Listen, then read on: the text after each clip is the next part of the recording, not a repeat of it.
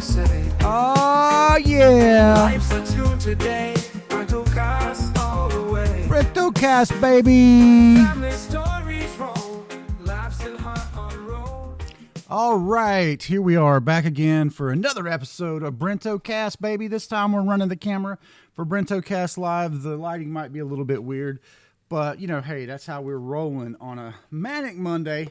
I say Manic Monday because our new handyman genius here who works at nights at Albemarle Nutrition lots of times and sometimes for days at a time without a break and eventually crashes and whatnot, has put a bad influence on me. So now I like to come in here at night and do things when I happen to be having trouble sleeping. And that's what's kind of happened tonight. So it's a bit of a Manic Monday in truth. Today is July the 22nd. It's been like a month and at least over a month and a half since the last Brentocast. Now, a lot has gone down.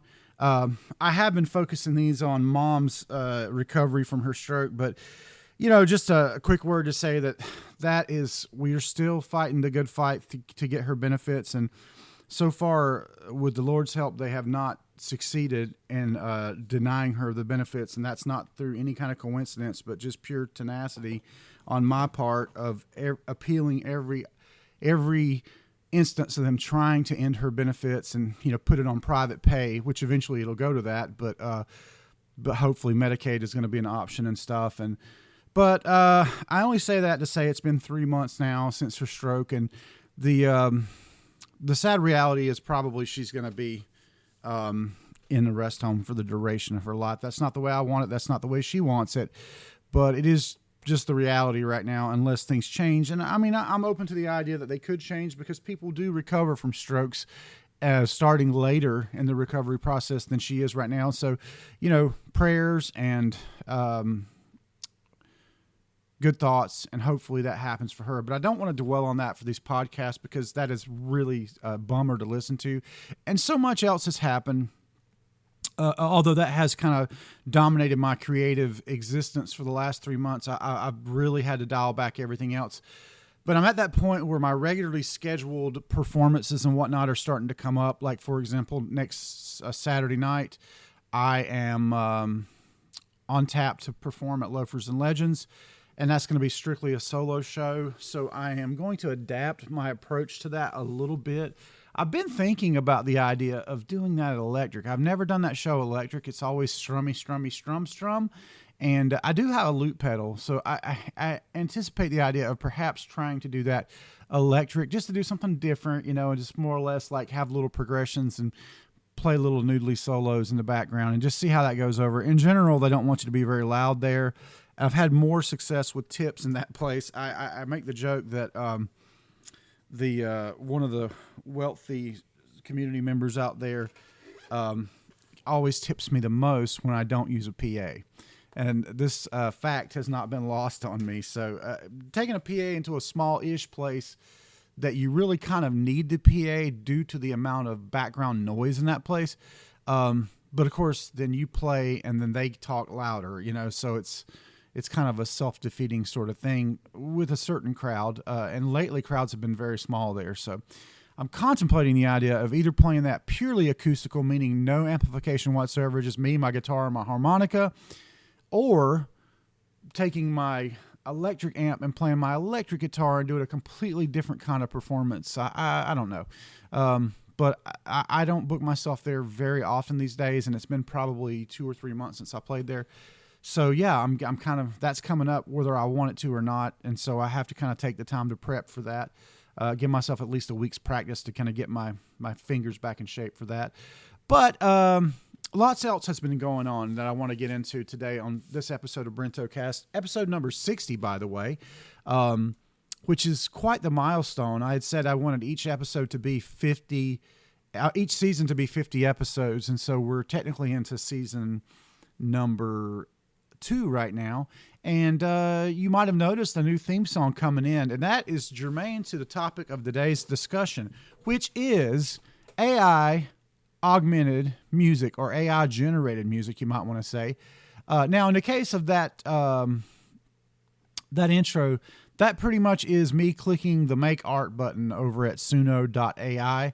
You can check that out for yourself. You get so many credits per day to make songs, and you can make any kind of song. So that's one thing, just going and hitting a button, having a song generated. Now, me being a subscriber to their professional platform, according to their terms and conditions, that actually is my copyright. And that brings up a bigger subject of, if you click the make art button and a song is made that you either did not write the lyrics for, or you just let it kind of create the whole thing for you, is that something you can say, I wrote that?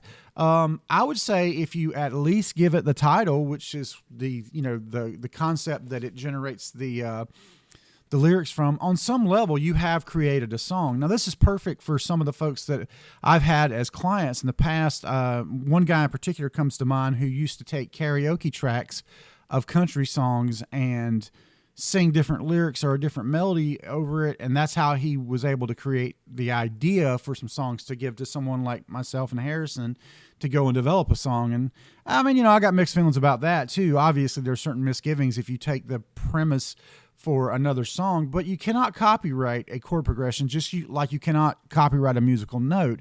So, I mean, it's kind of a gray area, and it sort of comes down to what your artistic integrity is. Now, in my case, I would never go, hey, look at this amazing, intro bumper song that I wrote. Now, I certainly could have written anything like that, and I could have played out the instruments and taken all this time for something that doesn't really matter. I just try to change up that intro bumper for variety for you guys, so you're not listening to the same exact clip of a real song that Harrison and I have done or whatever, like we were doing up until recently. But it's not really, I don't really need to spend that time. I can extend. I don't really play reggae either, so I don't have a reggae band. So I thought, hey, reggae would be cool. And so I just gave it a few lyrics and, it spit that out, which is cool. But how can a real musician, I mean, of course I consider myself a real musician. How can a real musician, a producer, use this tool in a way that is, in line with their artistic principles? And so that is the challenge, right?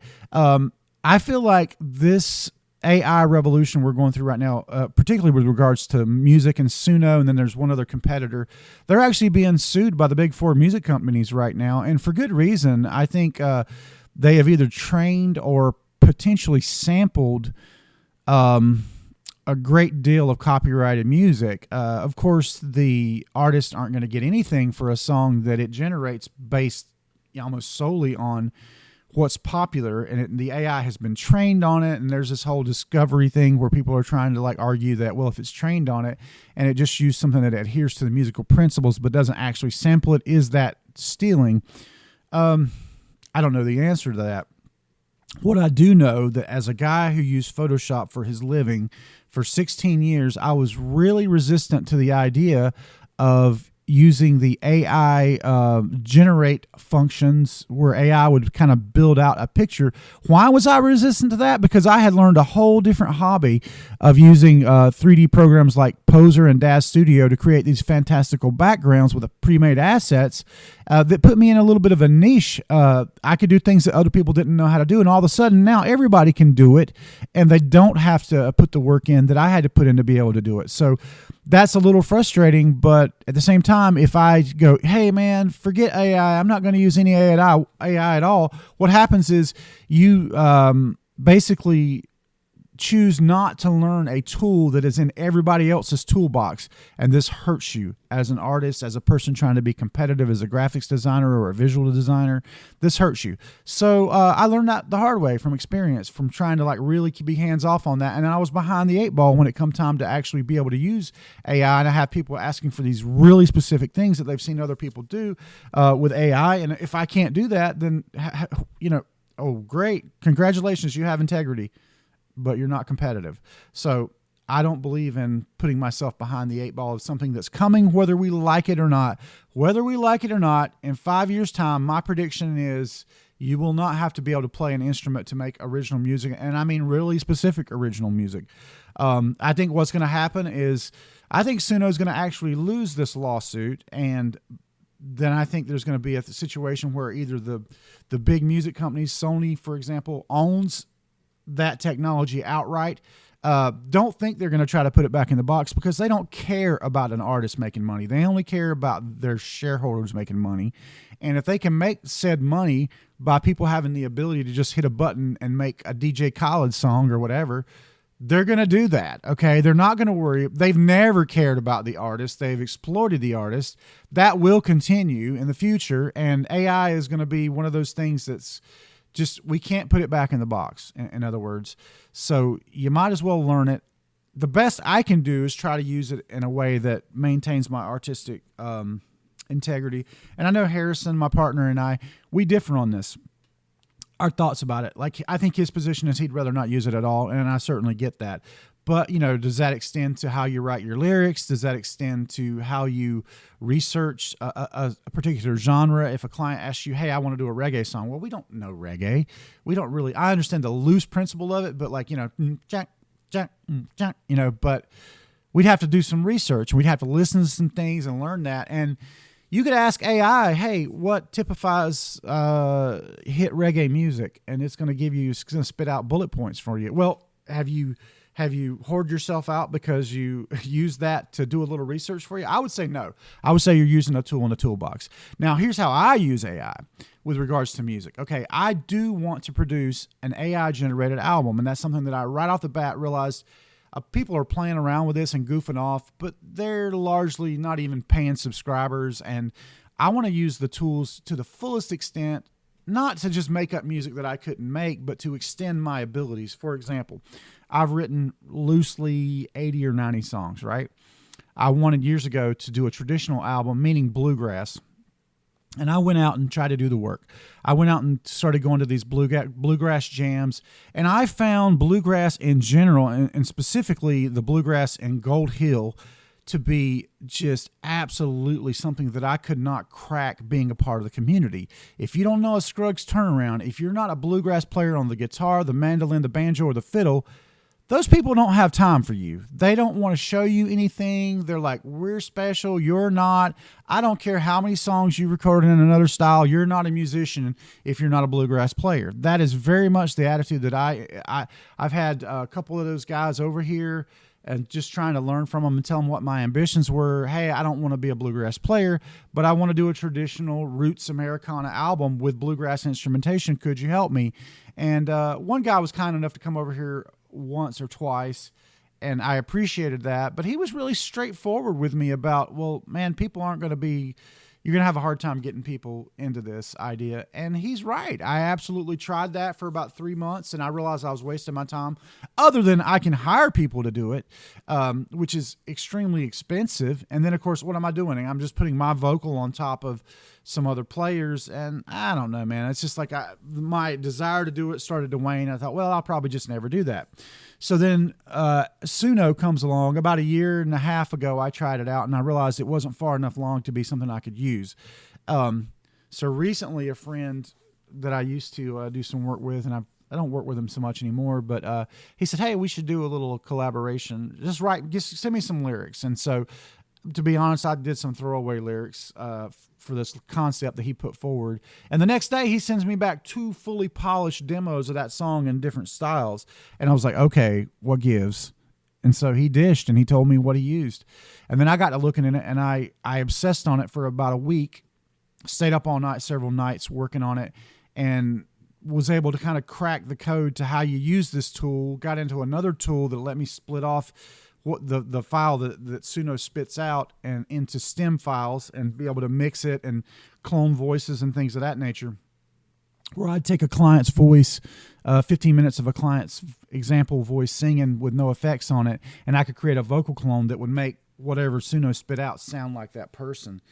And in the course of that, one of my former clients that I had done a music project the traditional way for became interested in that.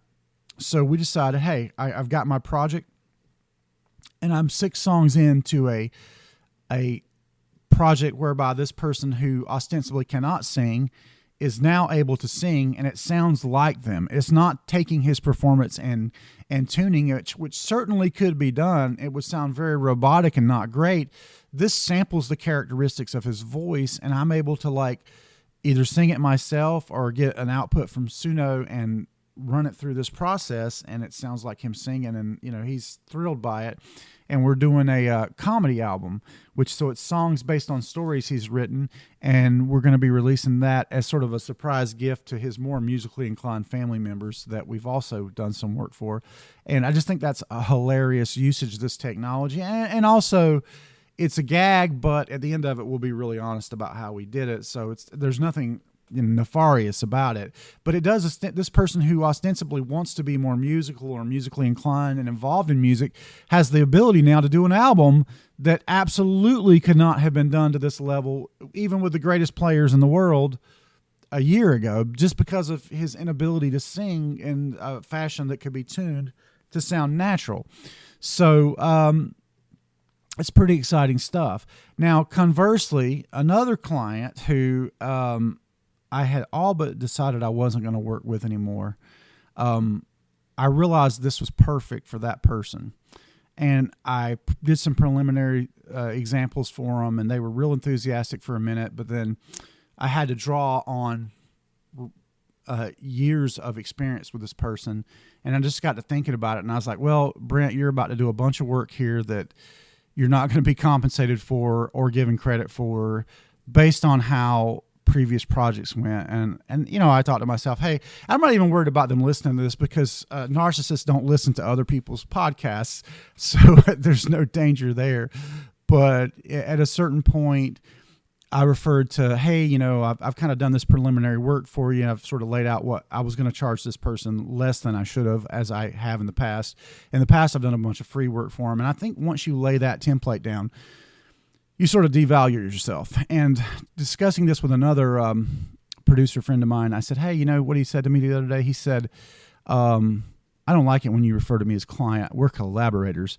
And I'm like, well, the definition of collaborator involves two parties doing actual work. Saying, hey, do this for me, and I'd like something like this. That is not collaboration. And it's ironic I'm talking about tools that make the actual work easier, but when that person can't even be bothered to learn the tools, that is not a collaborator. That is a client. I do expect to be paid for my time, particularly when I'm spending my money to do, for these various platform tools.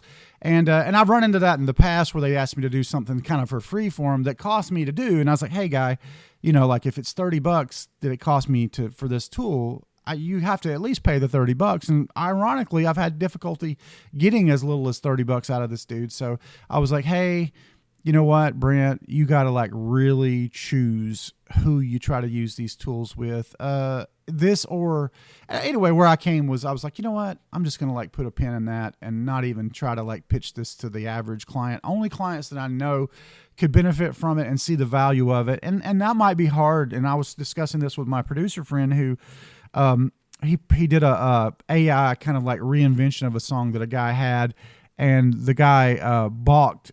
He said it was so amazing that it moved him to tears hearing this song re-envisioned, but he balked at even paying $1 for it. How ridiculous, right? Again, I don't do music to make money. I do it because it's my passion. However, if it costs me to do a project, it's going to cost whoever I'm doing it for. That's only fair. And, you don't have to stand tall in this hobby / genre, but you do have to stand up. Otherwise, you get walked on. And so that's where I'm at on that. But yeah, so all this has transpired in the last month and a half with this AI revolution. It'll be interesting to see where it goes. But looking back at various making of podcasts, which is something I do from time to time, this is not something the general public has access to, but my YouTube channel, which, for the last, basically since December of last year, I got a couple of copyright strikes right in a row for songs that I had put up had been up for years. And actually, I can tell you that in both cases, it was me and Harrison performing Tequila Sunrise by the Eagles. Well, they have a really overzealous firm that runs their music rights, and they copyright struck me for that, doing a cover of their song, not saying, hey, this is the Eagles, but here's our cover of an Eagles song, which is not illegal by any stretch of the imagination. But they had really gotten with YouTube to tighten up their algorithm on that, and it gave me 2 copyright strikes. I had 4 100 videos, a lot of which would be Delilah's early years, and that was my main backup source. And I got so pissed, I was like, hey, you know what? I've been putting up these weekly blogs here for 4 years now. I'm going to stop doing that. I'm going to put those up at Rumble. And I do love Rumble, and I still do Rumble. I uploaded to Rumble yesterday, and so I've been doing weekly vlogs for pretty much Delilah's whole life. She just turned 5, so that's 5 years. And I realized that I still find YouTube to be the easier platform to watch back on television when I'm just sitting at home or I can't sleep or whatever, and I want to log in and see what I've done or the last time I uploaded this or that. And I still prefer YouTube on the whole to Rumble, but Rumble is the more honest platform, and it's actually the only platform I've ever actually earned any money on. Not for nothing, but I mean, if you're going to earn money on one and you're not on the other, you're more inclined to use that one. So I think now I'm going to try to go back and plug back in those videos. My fear was that I would get copyright stricken the third time and lose all those videos of Delilah, and I didn't want to do that. So I just said, well, hey, I'm not going to upload anything until this little scare has passed, and so you have to wait 3 months or be infraction free for 3 months to have those copyright strikes removed, or not being like pending sort of Damocles like over your account possibly being deleted. So that time has passed now because I wasn't uploading anything, and I've started to upload again to YouTube, and I want to upload. Obviously, this will be cross posted to YouTube, this Brentocast, and I've tried to update my playlist so that it's concurrent with all the episodes that I have. There's an episode. I call it a lost episode, but basically it was just an episode that was just a little too sensitive for the topics that we talked about, and I decided not to publish that one. But other than that, this is going to be episode 60. So it's a running thing, and I'm trying to make these a little bit more concise and structured. I want to do film reviews from time to time, but I haven't been doing anything but just really vlogging through all this difficulty with my mom's health and whatnot. And I lament that because it's not interesting to listen to that stuff back. But if I talk about current events, at least there's that. And I do this podcast for myself and potentially for Delilah if she ever wants to listen back to what was happening when she was 5 years old. Delilah has just turned 5, July the 11th at 4:28 p.m. And I always said when Delilah turns 5, she will take piano lessons, and I will personally be her guitar instructor. Well, the piano lessons have started. She had her first lesson. It didn't go great. She was very scared, but the lady was awesome and really hung in there with her, and I'm looking forward to getting her second lesson tomorrow. I'm going to document these bad boys. We're going to see the progress. That child will have the ability to read and write music, by the time she's of age, and that's just going to happen as long as I'm around and have the money to make it happen. I got the passion. I got the heart. We're going to build this child into a musician because she has timing. Her timing is just instinctively good, and I recognize this. Her music teacher at pre-K has told me, hey, Delilah has really got it on the timing. And I thought, great, because that's something that I wish somebody had said to me and helped me, bolster my skill set. I have done whatever I've done, if you think there's any value to it at all, to my musical output. I have done it sheerly by force of will, no natural talent. My former friend Neil Martin Mabry, no longer somebody I call a friend, but I have a long history with him. And I always say, man, I played guitar for 3 years, and when he picked up the guitar in 3 months, he was as good as me or better. That's unfair, but that's just the way it is with some people's talent level and their innate ability to pick up, instruments and learn them. My friend Caleb Hill, I have never seen an instrument that he couldn't just pick up and play. And, you're just like, geez, man, wow. It's just some people have it like that. And, that's amazing. And I hope Delilah does have it like that, but she's going to have the foundational knowledge and not have to fight the struggle for music theory like I do. Like I have to reference a wheel. If I want to see the circle of fifths, I don't remember that stuff. My partner Harrison's great at stuff like that. I'm not. My mind is not geared that way. I can play good enough on the piano and the guitar to be a songwriter and a producer, and that's great. I'm happy about that, and that's really kind of where I live as an artist. So that said, everything is going good on the creative front. I'm back at it now. I'm going to get more serious about these weekly. I do better when I'm doing creative output. Just emotionally, I've kind of come off of that, and you do it because you're hassled. You're like, hey man, I got to be at the rest home every day or whatever. I'm trying to do this Medicaid stuff, not getting really the support or help that I need from my brother, who really should be as engaged as me. He has a business to run. I'm not even like kicking off on him. I'm just saying, I've been trying to take up his slack with regards to visitation, and I've had to dial that back because, stopping the creative stuff has not put me in a great place. I am an artist. I need to have that output. And as an artist, it doesn't matter if it's good art, just do some art, do something. Yeah, that's kind of where it's at. So we've broken the 22-minute threshold. I always like to keep these to 22 minutes. So I'm going to cap this off now and just say I love you all in the future listening back to this. Hope everyone is well. Hope you have a great week. Thanks for listening, and we'll see you on the next episode of Brentocast.